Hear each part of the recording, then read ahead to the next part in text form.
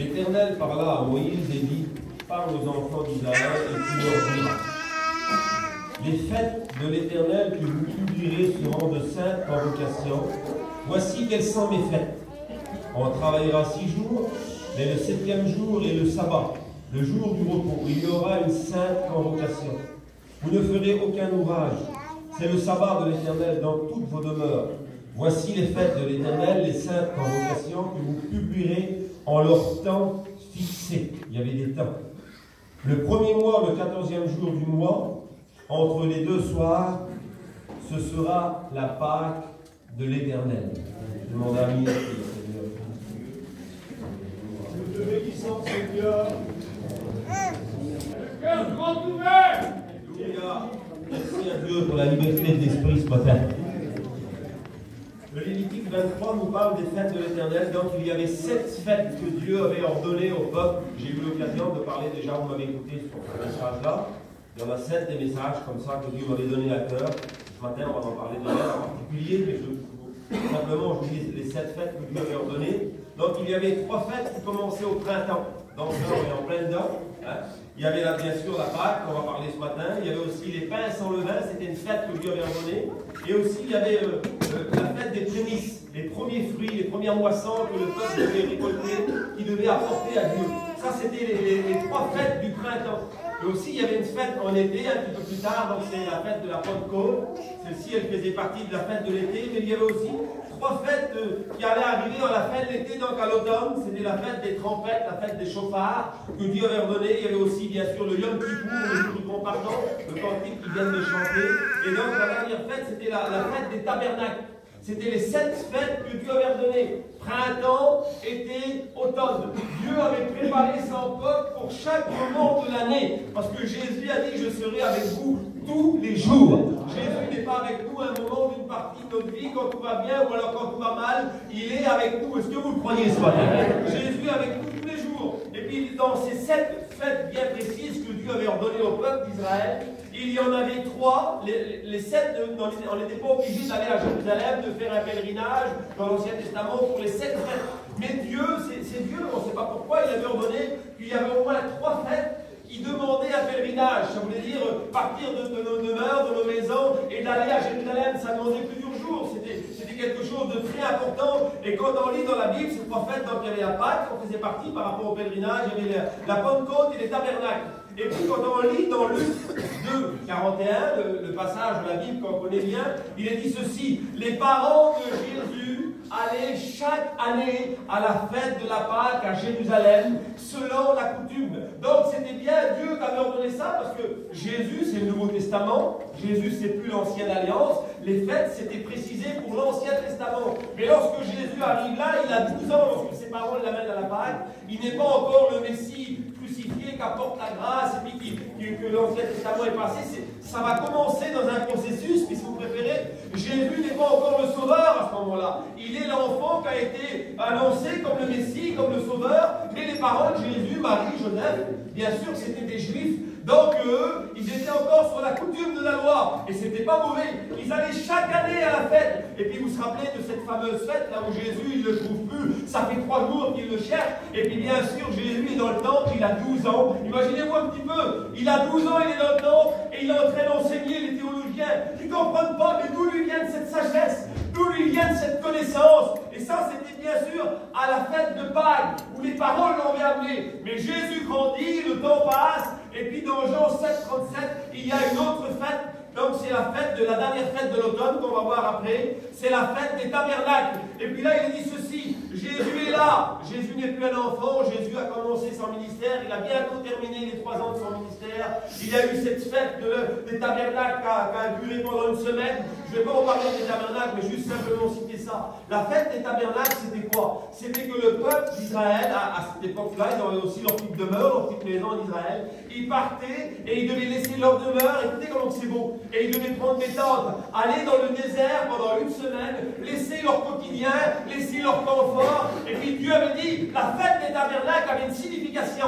C'était d'avoir un contact avec son peuple. Dieu avait dit, vous sortirez de vos activités, vous partirez pendant une semaine. Jésus savait bien que toute l'année le peuple ne pouvait pas faire ça. Mais il dit au moins, pendant une semaine, je veux vous voir, je veux vous parler. Ça serait pas bien ce matin que Dieu nous convoque et qu'il nous parle. Ça serait pas bien ce matin que l'animé du Saint-Esprit, la présence de Dieu tombe sur nous. Je crois qu'elle a déjà commencé à être là. Et puis Jésus, lui, donc, il a grandi, il laisse faire la fête, il les laisse faire. Mais il attend, écoutez comment c'est beau, il attend le dernier jour. La Bible dit que c'était le dernier jour de la grande fête des tabernacles. Il y avait eu plein de choses qui s'étaient passées. Ça, c'est trop long à expliquer tout ça. Mais simplement pour vous montrer que le peuple devait descendre là, dans un endroit, prendre de l'eau avec une cruche, et puis il devait la verser sur le couvercle de l'arche. Enfin, plein de choses devaient se passer, tous les rituels, pendant une semaine comme ça. Et puis si l'eau n'était pas tombée, alors il devait prier pour la pluie. Et puis il y avait des gens qui étaient là, et puis ils regardaient tout ce qui se passait. Mais Jésus les voit faire, il savait très bien que bientôt il allait accomplir sa grâce. Il savait très bien le plan qui allait s'accomplir. Et Jésus vient là, et il attend le dernier moment. Écoutez, il est là, il monte sur l'estrade. Et puis il dit, voilà, la fête est passée, les coutumes sont passées, il y en a encore qui n'ont peut-être pas été rassasiés. Vous savez, ça me faisait penser à l'hiver qui est passé. On a eu tellement dans le Brugnon. Rappelez-vous des Brugnons qu'on a eu.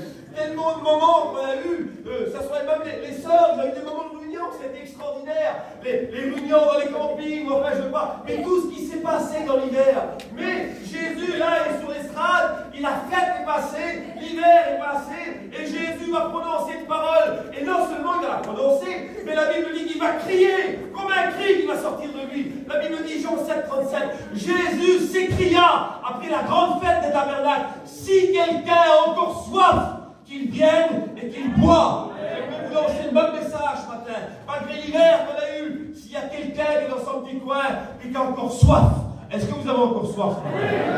Alors Jésus a de l'eau à donner. C'est bon, Seigneur. Jésus a de l'eau à donner. Écoutez, le mot fête dans la Bible, c'est le mot moadim en hébreu, ça veut dire un temps mis à part. C'était un rendez-vous que Dieu voulait quand je décidais. C'était aussi un rappel. Dieu voulait leur rappeler. Vous savez, Dieu nous connaît très bien, que ce soit nous ce matin, l'église de Jésus, ou le peuple d'Égypte qui était dans le désert. Dieu connaît son peuple. Est-ce que vous croyez qu'il vous connaît ce matin? Mais il sait aussi qu'on est plein des fois, plein de zèle, plein de feu, mais bien vite aussi des auditeurs oublieux. Et les fêtes avaient été données simplement pour dire, rappelez-vous d'où vous êtes sortis. Dieu voulait rappeler à son peuple toutes les choses qu'ils avaient vues. Dieu voulait convoquer son peuple. Et Dieu ce matin nous a convoqués ici. Est-ce que vous croyez ça? Dieu nous a convoqués ici. Et puis l'apôtre Paul dira dans le Nouveau Testament, dans Éphésiens, Colossiens 2, il dira que ces fêtes-là, justement, il dit, c'était l'âme des choses à venir. Ça veut dire que la vraie réalisation de toutes ces choses dans l'Ancien Testament devait bientôt s'accomplir dans le Nouveau. Vous savez, le mot âme, on sait ce que c'est qu'une âme. L'âme, ben, c'est ce que je reflète, mais c'est pas moi l'âme. L'homme, c'est quand on voit l'homme, si vous n'avez pas vu la personne et si vous voyez l'homme, vous savez qu'il y a quelqu'un qui n'est pas loin. C'est simple à comprendre. Et il donne ce mot-là. J'ai pensé à ça quand j'ai vivais. Il dit les fêtes là, qui étaient passées, que Dieu avait données dans l'Ancien Testament, c'était comme une âme des choses à venir. En un mot, c'était le reflet de ce qui allait arriver. Parce que tout son accomplissement devait bientôt arriver. Et dans Matthieu 5, 17, il est dit que Jésus est venu justement, il a été simplement celui qui va accomplir la loi de l'Ancien Testament. La Bible dit que Jésus n'est pas venu pour mettre de côté la loi et l'abolir, il est venu pour l'accomplir. Et quand on lit dans Exode 12, et c'est ce qu'on va voir ce matin, je ne vais pas vous parler de les autres, c'est trop long, mais c'est simplement le sujet qui nous intéresse ce matin, que Dieu m'a mis à cœur. Selon Exode 12, la première fête de l'année, du printemps, et bien c'est bien ce qu'on vit ce matin. C'était la Pâque. Est-ce que vous voulez qu'on parle de la Pâque? La première fête du printemps, ça commençait au mois de Nissan. Dans la Bible, ça veut dire le mars-avril. C'était le 14 du mois de Nissan qui représentait mars-avril. Les dates pouvaient changer, mais c'était ça, mars ou avril. Donc on est bien là. Il dit, voici la première fête. Et il l'a cité tout à l'heure, l'apôtre Paul dira, Christ, notre Pâque, a été immolé. Oui, pourquoi? Pourquoi l'apôtre Paul parle de Jésus comme une Pâque? Qu'est-ce que ça veut dire? Il dit, Christ, notre Pâque, a été immolé à la croix. Oui, ben, tout simplement parce que c'est le jour de Pâques. Et c'est ce qui nous intéresse ce matin. C'est le jour de Pâques que Jésus a été ressuscité. Dites amen. C'est le jour de Pâques que Jésus a été ressuscité. Vous savez, je pensais à ça hier, c'est peut-être simple ce que je vous dis. Mais comment le jour le plus important de la Bible, je pourrais dire, le plus important de tout, la résurrection. Il y a quoi de plus grand que la résurrection? Les serviteurs, je vais le citer comme moi ce matin. Il n'y a rien de plus grand. Regardez ce que j'ai marqué. Comment la résurrection, la chose la plus importante de la Bible, a pu être changée en un petit lapin au chocolat. Ouais, ça c'est la ridicule, voilà. Écoutez, ce matin, on a les pieds sur la terre, et puis nous, on fait nos flipades pour les enfants. Il n'y a rien de mal en soi comme ça. On sait très bien, on va se faire une petite grillade. Mais nous, dans nos cœurs, je ne vous parle pas de nous ce matin, parce qu'on sait très bien que pour nous, c'est pas méchant de faire ça. Mais je vous parle pendant les fils des années qui sont passées, comment les hommes, les religions du monde, comme il dit Shalom, comment le peuple a pu simplement ridiculiser la chose la plus importante de la Bible, la résurrection. On a un chocolat, un lapin, une petite boule au chocolat. J'ai marqué ça parce que de tout temps, on a essayé de prouver. Il y a des hommes qui ont fait des livres, il y a des films qui ont sorti, il y a plein de choses qui ont été depuis des siècles et des siècles. De tout temps, les hommes ont essayé de prouver que la résurrection de Jésus n'avait pas eu lieu, que c'était un complot. Ça allait exister, ça. Vous l'avez su. Pourquoi ils ont essayé de faire ça? Pourquoi que derrière ça, bien sûr, c'est l'œuvre de l'ennemi, hein, c'est l'œuvre du diable avec tout ça. Bien sûr, tout le monde n'y croit pas ce matin. Mais simplement pour vous citer, pendant des siècles et des siècles, les gens ont essayé de prouver que non, Jésus n'est pas ressuscité. Pourquoi ils ont essayé? Tout simplement parce que dans 1 Corinthiens 15, 17, il dit que si Christ ne serait pas ressuscité, notre foi se révèle. Notre prédication se révèle. Nous serions encore dans nos péchés. Et tout ce que nous croyons, tout ce que nous vivons, ça serait faux. Alors c'était bien pour eux de prouver ça, en disant, voyez, votre Jésus n'est pas ressuscité. C'était simplement pour nous dire que ce que vous croyez, ce que vous faisiez, c'est pas vrai. Mais vous savez, les disciples, j'ai marqué ça, ils n'auraient pas pu mentir par rapport à ce qu'ils avaient vu. Vous savez pourquoi, tout simplement? C'est simple ce que je vous dis, mais les disciples n'auraient pas pu mentir en disant Jésus il est ressuscité, mais c'est pas vrai, on va dire pour faire bien parce que vous l'avez promis. Non, tout simplement parce que vous lisez dans la Bible, tout ce que je vous dis là, c'est écrit. Les disciples ne croyaient même plus à la résurrection. C'est marqué dans la Bible. Il est dit ceci, que lorsque Jésus est ressuscité, il va aller sur un chemin qu'on appelle le chemin d'Emmaüs. Il y a des disciples qui sont là, les serviteurs de Dieu le savent, et Jésus parle avec eux. Et puis pendant tout le long du trajet là, et puis Jésus, ils ne le reconnaissent pas. Pourtant, Jésus avait annoncé qu'elle est ressuscitée. Ils sont là, la Bible dit qu'ils étaient tristes, ils étaient malheureux. Et puis dans leur cœur, ils disaient, pourtant, on espérait que ce serait lui qui délivrerait son peuple de ce péché. Mais tout ça, ils étaient en train de lui dire, à lui, qui est en train de marcher avec eux, Seigneur. Et à un certain moment, ils arrivent au petit village, ils rentrent dans la maison, et puis ils vont prendre la Sainte Seine, comme on va prendre ce matin. Jésus va remplir le pain, et puis de la façon dont il va remplir le pain, leur cœur va s'ouvrir. Dieu, ça devait être beau. Et puis l'espoir, comment qu'elle a dû renaître?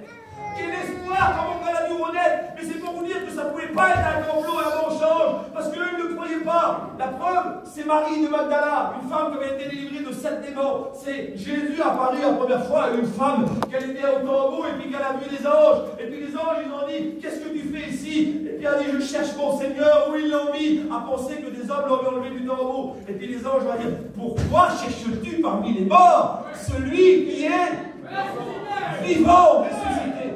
Pourquoi cherches-tu parmi les morts celui qui est vivant? Et puis c'est la première apparition de Jésus, la preuve de la résurrection.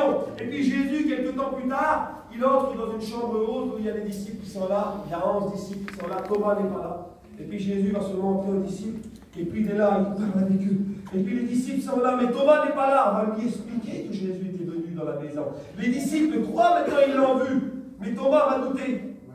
Thomas doute, il ne l'a pas vu, alors il doute. Écoutez, le temps passe, ensuite Jésus se présente et Thomas est là.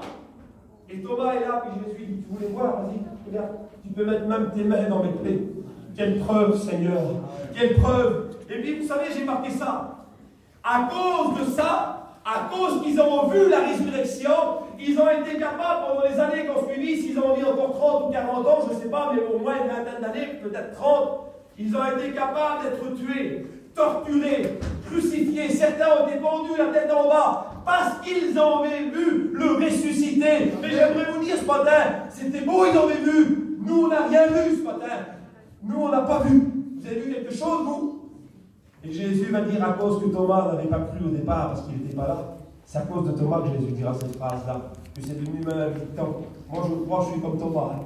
Je crois ce que je vois. Et quand il dit ça, écoutez. Et puis Jésus est là. Jésus arrive.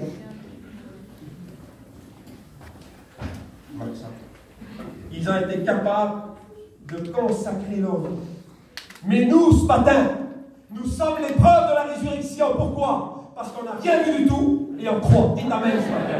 C'est une preuve, parce qu'on croit dans notre cœur, parce que c'est vrai, parce que ça va vraiment se passer. J'ai expliqué à Frédéric hier, j'ai écouté un témoignage qui m'a touché pour vous parler de la preuve de la résurrection. Et puis, il est dit qu'en 1972, il y avait un président aux États-Unis, je ne connais pas trop l'histoire, mais simplement le petit témoignage. Président Nixon, peut-être qu'il y en a qui connaissent mieux l'histoire. Et il est dit qu'il y a eu un scandale, il y a eu des mensonges, le président a fait des choses qui n'allaient pas. Et puis, il est dit qu'ils avaient choisi des hommes, une équipe d'hommes, écoutez, hein, des hommes, bien sûr, ils n'ont pas dû choisir à moi, hein, ils ont choisi des hommes les plus qualifiés de l'époque en Amérique, et puis avec des grosses sommes d'argent pour dire, voilà, vous allez couvrir un manchon parce que c'est le président en jeu. Il faut que vous êtes capable, on va miser sur vous. Ils ont choisi les meilleurs. Écoutez ce qu'il disait le pasteur. Il dit, je crois réellement que Jésus est ressuscité. Pourquoi? Il dit, parce qu'en écoutant l'histoire du président Nixon, eux, ils ont été payés. Et puis, c'était les meilleurs hommes de l'époque. Ils ont été pas capables, au bout de quelques mois, avec la pression qu'ils avaient de la police de l'époque et tout ça, ils n'ont pas pu faire autrement de lâcher le morceau en disant, non, on ne peut plus mentir. On ne peut plus, c'est un mensonge. Parce qu'ils n'avaient rien vu, c'est un mensonge. Mais les disciples, eux, ce qu'ils ont vu, ils ont été capables de consacrer leur vie et de mourir parce qu'ils l'avaient vu. Dites amen. Parce que la résurrection de Jésus était tellement réelle. Écoutez ça. Il y a eu aussi une théorie. Et après, on va rentrer le message. Ça s'appelle la théorie de l'évanouissement. Peut-être qu'il y en a qui l'ont écouté, ça. Il y a des hommes qui ont été dire que sur la croix, Jésus, il ne serait pas ressuscité, mais encore pire. D'autres ont dit, ben, il n'était même pas mort. Comme ça, il n'y a pas de danger. Comme ça, c'est pas la résurrection, il n'était même pas mort. Jésus s'est évanoui sur la croix, on l'a mis dans le tombeau, puis après il est parti du tombeau. Hein. Puis il y avait un homme qui avait fait une étude. Un homme, c'était comme un docteur, un homme scientifique, un homme intelligent, qui a fait une étude. Et il a dit, ils disent que Jésus n'était pas mort, qu'il s'est évanoui, qu'il aurait parti du tombeau, après avoir été crucifié, après avoir flageolé, on en parlait tout à l'heure. Mais il dit, moi, je peux vous prouver que même si un homme normal, si Jésus n'avait reçu aucun coup, n'avait pas été crucifié, il avait été comme vous et moi. Il dit, un homme normal, dans le tombeau de l'époque, fermé comme il était, avec les bandelettes pendant 3 jours sans avoir un petit peu d'air, Jésus n'avait pas survécu, ensuite se lever, enlever les bandes et pousser une pierre de plusieurs kilos, de plusieurs tonnes. Il dit, je vous dis tout simplement que moi, lui, il n'était pas chrétien, l'homme qui dit ça. Il dit, c'est une preuve que Jésus est ressuscité. Un homme n'avait pas pu faire ça. Et Jésus, il est apparu en tant qu'homme sur la terre. Écoutez bien, la Pâque, c'est quoi? La Pâque, j'ai marqué ça, ça veut dire passer outre. Le mot Pâque veut dire ça, passer de l'autre bord, si vous préférez. Moi, j'ai pensé que la Pâque était tout simplement un pont. Vous comprenez? Passer de l'autre côté. Dieu a construit un pont entre Dieu et les hommes. Et il nous a permis de passer de l'autre côté. Dites amen ce matin. Le pont que Dieu a passé, ça a été aussi le passage de l'Égypte à la terre promise. Il a fallu qu'ils partent de l'Égypte. Et c'est là qu'ils ont fêté la Pâque. C'est pour ça que le mot Pâque veut dire passer. Ils sont passés d'un état de souffrance, d'un état de misère, d'un état d'abandon, de péché, d'un état le plus bas possible, à un état de bénédiction. C'est pas tout ce matin, ça. On n'était pas dans ce coin caché, que personne n'aurait pu miser sur nous, qu'on aurait pu dire, lui, ça ne sera jamais un serviteur, elle, ça ne sera jamais une chrétienne, lui, ne pourra jamais travailler dans l'église. Le diable, il dit, tu vas rester de l'autre côté, tu resteras là-bas, personne ne pourra compter sur toi. Mais Dieu dit, j'ai construit un pont entre moi et vous, et il dit, à cause de mon fils, vous passerez de l'autre bord. Dites amen. Quelle importance, Seigneur. Et Exode 12 dit, Dieu dit à Moïse, vous prendrez, et là la parole va commencer, écoutez, vous prendrez un agneau, l'agneau pascal qu'on appelait, l'agneau mâle âgé d'1 an. Il faudra, avant de parler d'autre chose, Dieu commence avec le plus important. Dieu n'a pas parlé des à côté, non, il dit, vous allez vouloir faire la Pâque dans le désert, mais il dit, voilà, ça commence avec un agneau. Sans agneau, pas de Pâque. Et quand Jean-Baptiste a vu passer Jésus, le Saint-Esprit lui a fait comprendre, voici l'agneau de Dieu. Dites amen. Voici l'agneau de Dieu qui ôte le péché du monde. Seigneur, merci pour l'agneau ce matin. Merci pour l'agneau de Dieu que tu nous as donné. Parce qu'on ne serait pas là ce matin. Personne ne serait capable. Personne ne serait digne. Mais l'agneau de Dieu. Et vous savez, de Adam, le premier homme Adam, pour aller jusqu'à Jésus, il y a des hommes. Et des hommes comme Abraham, des hommes le père de la foi, des hommes comme Moïse, a ouvert la mer. Des hommes comme l'apôtre Paul, des hommes comme David, comme tout ça. Mais comment ça se fait que Dieu aurait pu dire, voilà, je vais qualifier un homme et lui, il pourra faire quelque chose pour l'humanité. Vous savez tout simplement pourquoi? Parce qu'il est dit tout simplement dans Romains 3:23, tous sont pécheurs et sont privés de la gloire de Dieu. Vous savez quelle est la différence entre Jésus et toutes les religions du monde? C'est qu'il est le seul homme qui n'a jamais péché. Dites amen.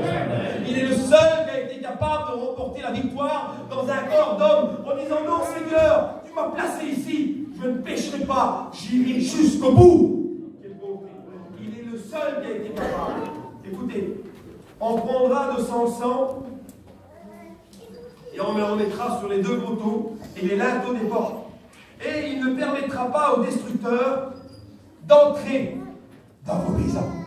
Le sang qui était, vous vous rappelez tous du film de Moïse, on a lu la Bible aussi, mais ceux qui n'ont pas en tête, vous voyez le film là, le vieux film de Moïse, lorsque le sang est sur le linteau des portes, la mort passe là dans le petit village, elle ne passe pas là où il y a les maisons.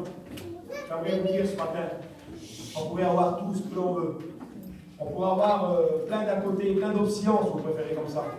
Mais s'il n'y a pas le sang dans le foyer de l'agneau, s'il n'y a pas la vraie nouvelle naissance dans une vie, un homme, une femme ne tient pas face à une épreuve. Ce n'est pas un sentiment, une bonne réunion, et puis qu'il a été béni, qu'il a entouré d'une bonne équipe, l'été, des bons repas, des bons chapiteaux. C'est bien, on va le faire. Gloire à Dieu que lui nous permette de le faire. Mais s'il n'y a pas de nouvelle naissance, s'il n'y a pas de sang qui a coulé, est-ce que vous comprenez ça? S'il n'y a pas de nouvelle naissance, on voit des personnes qui ne tiennent pas, des fois qui dorment, on dit c'est pas possible, il était si bien, elle était si bien, elle était prise dans le mouvement, elle était prise dans l'ambiance. Mais lorsqu'il n'y a plus d'ambiance, lorsqu'il y a toi et l'agneau, lorsqu'il y a toi et le sang, est-ce que le sang est sur tes portes? J'aimerais vous dire en partant d'ici, le peuple allait partir bientôt pour aller dans le désert à la rencontre de la terre promise. Mais avant, j'en ai mis le sang. J'aimerais vous dire bientôt, on va partir. On va aller en mission pour ceux qui le peuvent. D'autres vont aller dans les pays de l'Est. Le travail de Dieu va continuer d'une façon différente que l'hiver. Mais on va partir, on va partir. N'oublions pas qu'avant toute chose, il faut le sang. Amen. Vous comprenez? Avant toute chose, il faut le sang. La Bible dit que Dieu veut que tous les hommes soient sauvés. Vous connaissez le texte de 2 Timothée. J'ai écouté un jour un rabbin, un juif prêcher, qui disait ça. Il dit, vous savez, la Torah, donc les commandements ont été donnés là-bas sur la montagne du Sinaï. Mais il dit, parce que lui, les juifs, vous connaissez l'histoire, il dit à cette époque, savez-vous que le Sinaï, la montagne du Sinaï, n'appartenait à personne? Aujourd'hui, je ne sais pas à qui elle appartient, je ne vais pas regarder, mais ce n'est pas grave. Mais à l'époque, elle n'appartenait à personne. Ce n'était pas les Arabes qui pouvaient dire c'est à nous la chaîne du Sinaï, ou les Juifs, c'est à nous. Et le rabbin disait, il dit Dieu a voulu montrer aux hommes, au monde entier, que je vais donner une loi. Mais la loi n'est pas simplement pour le peuple des Juifs, bien que c'est eux que Dieu a choisi au départ. Mais Dieu avait en vue aussi quelqu'un, il avait en vue 100 églises, dit Amen ce matin. Il savait que nous qui sommes l'olivier greffé, que l'olivier franc allait être coupé pour que l'olivier sauvage allait être greffé. Je savais tout ça. Il dit la loi a été donnée à tous les hommes. On ne peut pas dire, il n'y a pas un peuple qui peut dire moi je suis un gars je suis avant les autres. Shalom. Moi je suis un baradouche. Moi je suis un espagnol. Moi je suis vous voulez. Dieu a pensé à tous les hommes. Amen. Dieu avait pensé à tous les hommes. Et Dieu dit si la maison, écoutez, est trop peu nombreuse, s'il n'y a pas assez de monde pour un agneau, alors à ce moment-là, Dieu avait pensé à ça aussi. Comment il voit tout, comment il sait, des fois, c'est-à-dire pourquoi tu n'as pas permis ça? Pourquoi tu n'as pas fait ça à ce moment-là? Il voit plus loin que ce que nous avons. Si des fois on n'a pas reçu les choses qu'on devait recevoir, qu'on voulait de nous, on a des déceptions, ça arrive. J'en ai aussi des fois, puis Seigneur, pourquoi tu ne fais pas ça au moment-là? Ou l'autre pourrait dire, mais moi je voulais dire, Dieu sait, Dieu connaît. Et comme elle disait souvent, par rapport à ce qu'il a passé, il disait, c'est Dieu qui a toujours raison. Est-ce que vous croyez que c'est vrai? C'est Dieu qui a toujours raison. Écoutez, Dieu dit, si la maison est trop peu nombreuse pour un agneau, si c'est trop l'agneau pour une maison, alors Jésus avait pensé, il dit, on prendra de l'agneau et on le partagera avec son plus proche voisin. Que c'est beau. Comment c'est beau? Dieu dit, il avait pensé, et puis c'est des livres qu'il n'a pas dit non plus, partagez-le avec qui vous voulez. Ou alors, allez en donner un coup à celui qui est à 1000 km. Si vraiment Dieu vous met à cœur, il ne va pas le faire, mais dans la logique des choses. Dieu avait dit ça, il dit vous partagerez l'agneau qui va rester avec son plus proche voisin. Vous comprenez ça? Ça veut dire qui? Ça veut dire celui qui vit plus près de moi que celui qui est au loin. Mon plus proche voisin, c'est mon mari, ma compagne, mes enfants, ma famille, mes amis. Partager l'agneau. Vous comprenez ça? À combien c'est important de partager? Prenons-nous le temps de partager l'agneau avec nos enfants. Prenons-nous le temps d'expliquer les versets de la Bible et donner les valeurs de Dieu. En passant des fois même un petit temps. J'ai écouté un témoignage, je vous le dis en passant, c'est tout simple. Et puis un homme disait ça. Il y a un jour, il y a un président qui avait marqué sur son livre, aujourd'hui, journée de pêche avec mon fils. Mais la pêche, ça pourrait être autre chose. C'était ce qui s'était passé. Journée gaspillée. Lui, il avait vu ça comme ça. Et puis des années plus tard, on a retrouvé un livre de son fils qui avait grandi. Et puis le petit avait marqué « Journée de pêche avec mon père, le jour le plus merveilleux de ma vie ». Est-ce que vous comprenez? Ce n'est pas le symbole d'aller pêcher, on peut faire autre chose. Mais c'est le symbole d'avoir un contact avec ceux qui sont près de nous. En disant « Seigneur », des fois on ne se rend pas compte, nous, des effets qu'on a sur nos enfants. On ne se rend pas compte de l'impact qu'on a, que ce soit nos enfants, nos maris, nos compagnes, ceux qui sont autour de nous. Je ne le fais pas, ça, c'est pas grave. Il va le faire, les petits détails de la vie. Partager les détails de la vie, les choses simples, en disant Seigneur, je n'ai pas eu ça moi je n'ai pas pu vivre dans ce contexte-là, je vais le procurer à mes enfants. Dites Amen ce matin.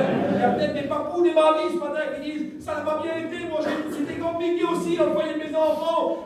Pas des petits-enfants? Fais-le avec des petits-enfants. Est-ce que vous comprenez ce matin? Partager l'agneau, c'est des choses simples. Partager un verset de la Bible, partager un petit repas, partager une expérience. Et puis, c'est quoi le mot partager? C'est dit, on le lit dans Acte 2, 42. Ils persévéraient dans la communion fraternelle. Écoutez, ils étaient dans le même lieu, mais ils avaient tout en commun. Le tout, ce n'est pas d'être réunis. On peut être réunis, mais pas unis. Vous savez ça? On peut être tous ensemble ce matin. Il y en a un au bout là-bas, je dis au bout devant. Il a un petit truc sur nous là-bas. Ah, c'est pas méchant, dans la Sainte-Sainte, tu sais, j'ai parlé, hein? Oui. Et ça empêche la bénédiction. Est-ce que vous comprenez ça? Partager l'agneau, c'est déjà un partage entre nous.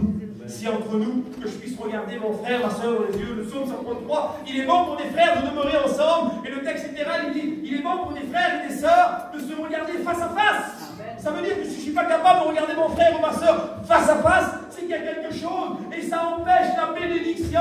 Mais ce matin, on va tout mettre au pied de Jésus. Nous sommes un corps. Si mon frère a mal, j'ai mal. Vous comprenez ça? Mais aussi, si mon frère se réjouit, je ne suis pas jaloux, je me réjouis aussi. C'est ça, quoi. Est-ce que vous comprenez? Plus facile, des fois, de pleurer que de se réjouir. Mais un homme rempli, une femme remplie de Dieu se réjouit que celui qui se réjouit. Dites amen, ce matin. Les deux sont valables. On continue? Oui. On en mangera avec des pains sans levain, toujours écrit dans Exode 12, et des herbes amères. Pourquoi les herbes amères? Il y avait peut-être plein de choses à dire, simplement un mot. Exode 11, 1, chapitre 14. Il dit que lorsqu'ils étaient encore en Égypte, lorsqu'ils avaient la servitude, écoutez, il dit ceci, que Pharaon, il leur rendit la vie amère par de rudes travaux. C'était une vie amère, une vie amère, écoutez. Et puis, quand Dieu dit vous partagez la paille, bien sûr, l'agneau, priorité, mais avec les pains sans levain, Dieu veut mettre un peu de choses de l'Égypte. Comment il fait ça, Dieu? Pourquoi? Il y a une signification. Il dit vous en mangerez avec des herbes amères. Mais je crois tout simplement que c'était pour le rappeler. Vous savez, vous êtes là, vous êtes bien, vous êtes à la réunion, vous êtes bénis. Mais rappelez-vous ce que vous viviez autrefois. Rappelez-vous l'amertume du passé. Rappelez-vous lorsque le diable menait votre foyer. Rappelez-vous lorsque vous étiez dans l'alcool, dans la drogue, pour certains. Je vois des garçons qui sont là, des sœurs, et puis qui vivaient dans le monde comme tous ici. D'autres plus grands que d'autres, mais c'est pas important. Vous savez, on est dans le monde, quand on fasse une petite chose, une grande chose, on est pas sauvés. On était dans l'amertume. Il y en a qui étaient encore plus loin que d'autres. Mais il dit, rappelez-vous, quand vous prendrez le pain avec l'agneau, vous mettrez un petit peu d'herbe amère. Et puis j'ai marqué ça. Les herbes amères, c'est moi qui le dis, mais je pense que c'est bien, parce que j'ai marqué les herbes amères, Dieu n'a pas demandé de les manger seules. Parce que déjà, si vous en goûtez, c'est le mot amer, on ne peut pas la manger. Mais Jésus dit, Dieu dit, il dit, quand vous prendrez les herbes amères, il y aura le pain sans levain, et surtout, il y aura l'agneau. J'aimerais te dire que ton amertume tout seul, tu ne pourras pas la passer. Mais si tu mets l'agneau devant, ton problème seul, tu ne peux pas le passer. Mais si tu mets l'agneau, si tu dis, j'arrive pas moi, Seigneur, c'est amer, il y a encore des choses qui me reviennent. Dieu, des fois, nous fait rappeler à des choses du passé, pas pour nous faire du mal. Le diable nous fait rappeler le passé, lui, pour nous attrister. Parce que la tristesse du monde produit la mort, dit la Bible. Mais la tristesse selon Dieu pousse à une repentance. Dieu permet des fois des situations qu'on se rappelle, mais c'est pour dire, rappelle-toi. Crois pas que tu es plus grand que ton frère. Crois pas que tu vas faire mieux que l'autre. Tu es un chrétien, tu es une chrétienne, je suis un serviteur de Dieu. Soyons ensemble, la communion fraternelle. Je ne ferai pas mieux que l'autre, mais ensemble on peut faire du bon travail, parce que c'est Dieu qui a permis ça.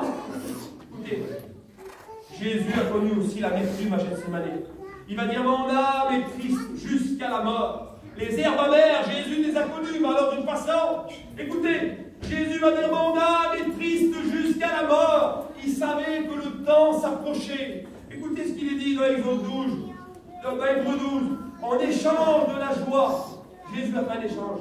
En échange de la joie qui lui était réservée, il a préféré choisir la croix. Pas possible, c'est l'échange que tu as fait. Mais ce n'était pas pour lui. C'était pas. Quand on fait un échange, on veut quelque chose de mieux pour nous, pour nos enfants, parce que nos enfants, c'est encore pire que nous, mais c'est pour notre intérêt. Est-ce que vous comprenez ça? Mais Jésus, à ce moment-là, en échange de la joie qu'il y avait, et on ne peut pas l'imaginer, la joie du ciel. Les anges disent Saint, Saint, Saint, Saint, l'Éternel, jour et nuit. Le ciel, c'est Jésus. La Bible dit que dans le Nouveau Testament, il y a un texte qui est dit dans Éphésiens, je crois, que quand Jésus est parti au ciel après la résurrection, il est allé remplir les cieux. C'est pas un petit coin, c'est le ciel tout entier, Jésus. Dites amen ce matin. Et lui, il a changé ça pour la croix, mais pas pour lui, il l'a fait. Tu dis, Seigneur, tu ne fais rien pour moi alors. C'est pour nous qu'il l'a fait. Amen. Seigneur, tu ne me bénis pas dans ce moment-là alors. C'est pour nous qu'il a payé. C'est pour toi ce matin. C'est pour moi qu'il a payé. Le châtiment qui nous donne la paix est tombé sur lui. Isaïe 53. Mais c'est quoi la croix, Seigneur?